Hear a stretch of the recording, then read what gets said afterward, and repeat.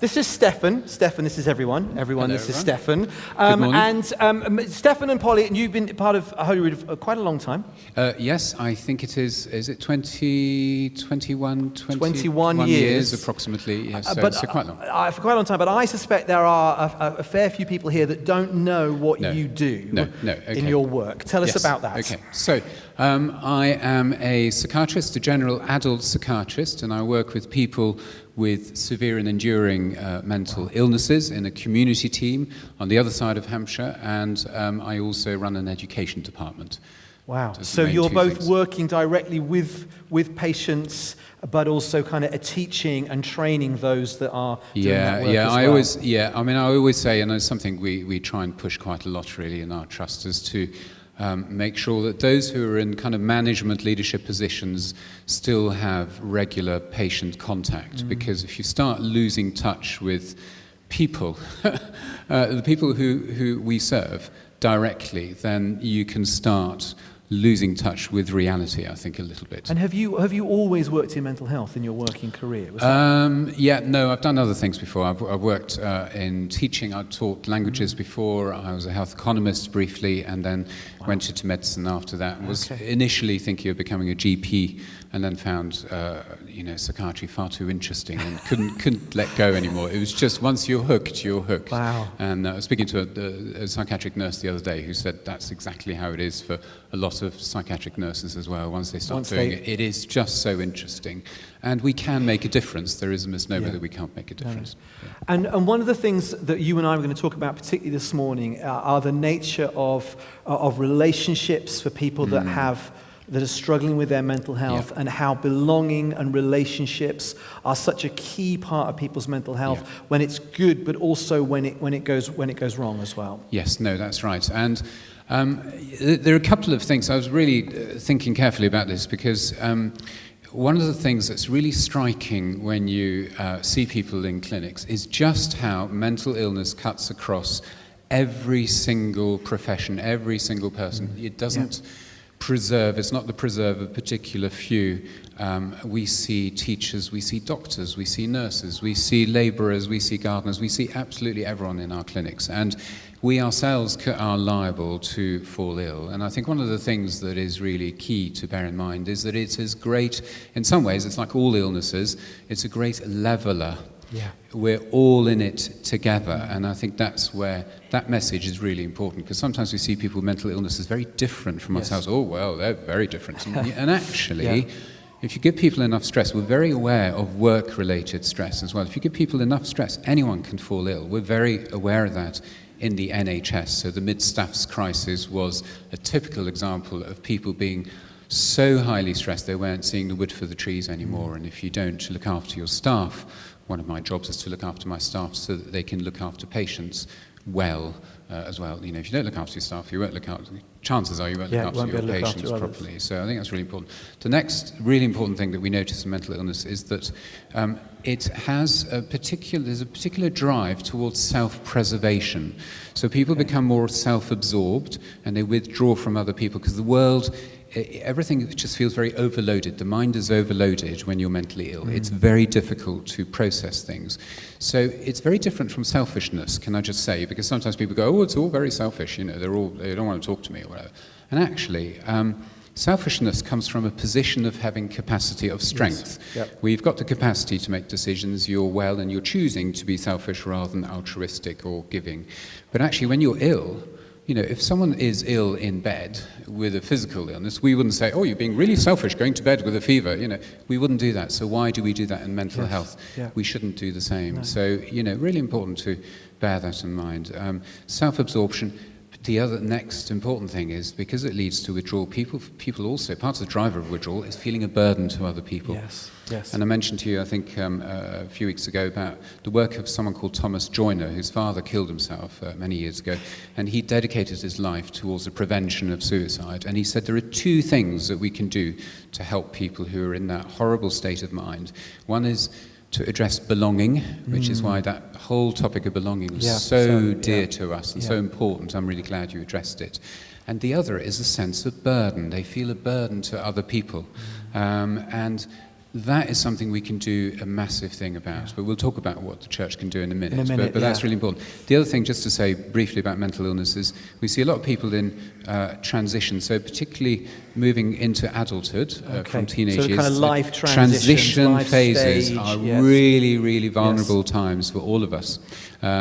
Whether we are retiring from a life of what we feel gave us purpose and meaning in life into, oh my goodness, what am I going to do with my life? Yeah. I mean, I don't think that would be my case because I've got a million projects I want to get on with. But I know it can be a real problem for people. And widowhood is a problem. It can be a real, it is a real challenge. Mourning, bereavement, all those things, all those life challenges, changing jobs, losing jobs, all those things.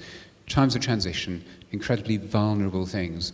And what happens is, because we're made in the image of God, but when we fall mentally ill, we can lose that sense of the image of God and we become someone we're not.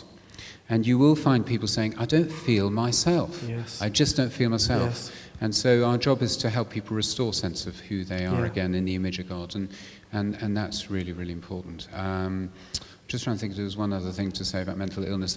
Something about identity then, about as a nation as well. I think when we lose the sense of our identity in God, and I think as a nation we are well on our way to doing that a little bit. I'm not talking about this church, fantastic here, what we do here, but as a nation we can feel immediately more under threat, and that's what we see in our patients with mental illness. We can feel under threat, and then what happens is we start seeing other people as very different to ourselves, as more foreign than they are, or we start having issues around that. So we just need to bear that in mind a little bit. I mean, this is one of the things we've explored, isn't it? That actually being well ourselves helps us to care for others better, as well as, so it's good for everybody. It's to take care of our own mental health, and that's true of us almost as a nation as well as individuals. But as a nation, we can do that only really in God. There's a huge debate. We'll talk about what we can do in God, but that's in a right. bit, Great.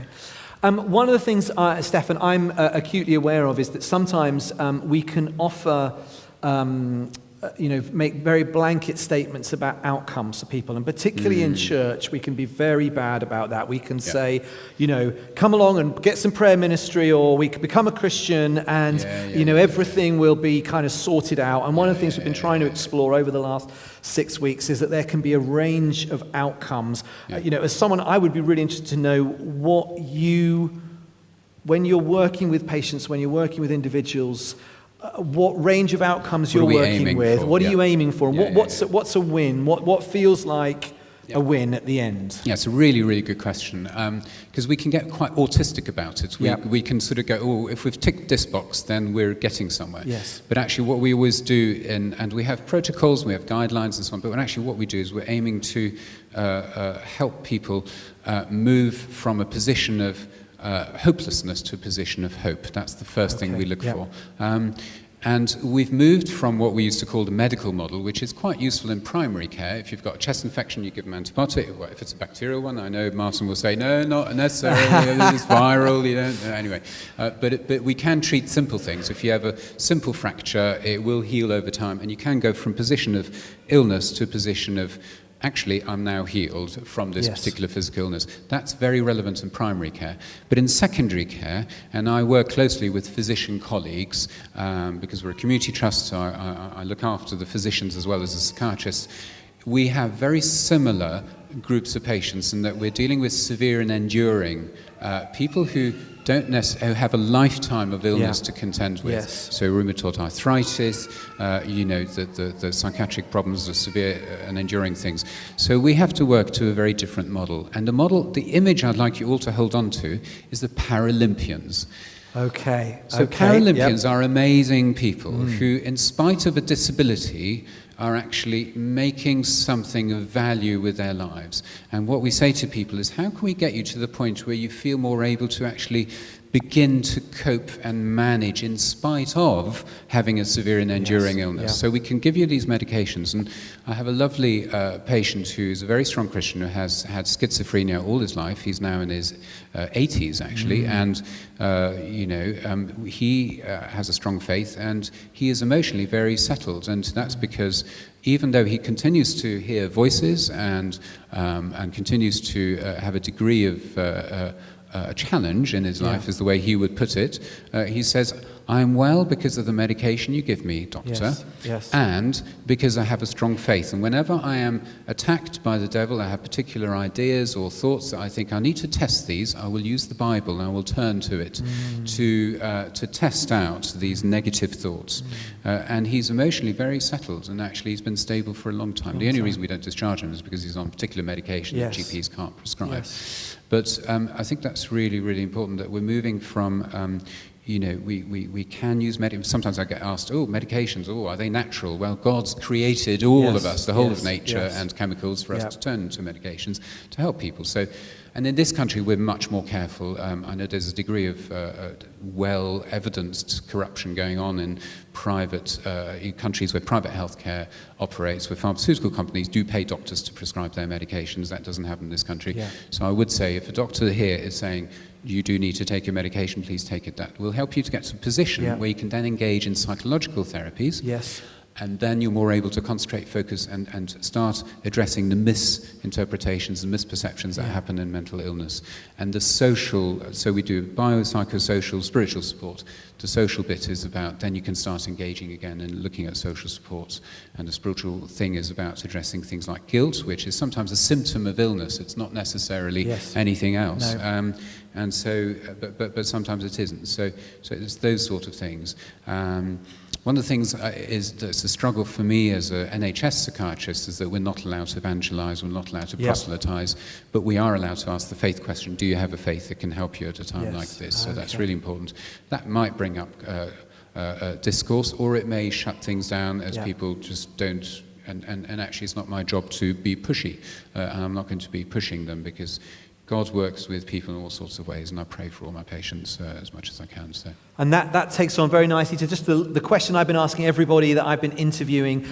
What role do you think local churches have in everything to do with well-being and mental health and emotional health? Okay. Two main things. The first, because we always think about fellowship, don't we? But actually, the first thing is Isaiah 43:1, which is, "Fear not, for I have redeemed you, and I have called you by name. You are mine." That message that we belong one-to-one, individually to God, our Father, when we've come from broken families or things have been really difficult, that is unbelievably powerful and strong, and I think if we can do that within the church, it is expected within the church to talk about those sort of messages. So the sense of belonging to God is really, really fundamental, and that is also important with regard to that sense of burden that people can have. We have the gospel. Please use the gospel to help people feel the lift, because they can continue. The thing I always say is, in mental health, what we do with a lot is feelings, but feelings are unpredictable. They're not always a good measure of what is true and what is reality, and that's where the Word of God is just so powerful. So in the church, we can turn to the Word of God and we can say, actually, you have to design. The sealing, isn't there, of the sign of the Holy Spirit, and those things can be so powerful to people who are feeling like they're living in shifting sand. So having that rock that is Jesus to build your life on is really important. The second thing is about the fellowship and encouragement, and all the things we can do together as a church, praying together. I think the communication, being curious about other people, being interested in other people is really important. Taking interest in people who are a bit different to you. Well, that's interesting. It's interesting from my perspective. Obviously, not everyone will find it that interesting, but being curious. And then the listening is really important. And actually sometimes, because I get asked sometimes, how do I deal with this person with complex mental health needs? I'm like, you're not a mental health professional. No one's expecting you to be. But just coming alongside someone can make a huge difference. We hear stories of people who've grown up who said, my dad was a very quiet, introvert man. He didn't say very much, but he was always there for me, and we'd walk sometimes in silence, and just being there made a big difference. And sometimes that's all we need to do, just be there. That can lift a huge burden off people, make a big difference. I think those are the main things. Communication, I would say, how we communicate demonstrates our values. And the welcoming team here are a fantastic example of, Yes, yeah, they are, yeah. lovely communication. As a church, I was thinking today with the message, about God, connecting with God. Actually, you're all made in the image of God. It is God himself that we are seeing here in church. Right, yes. And that is how other people coming from outside the church will Yeah. perceive us. We are there as a living God here. We represent God, and how we respond to them is really important. So Thank you. That's amazing.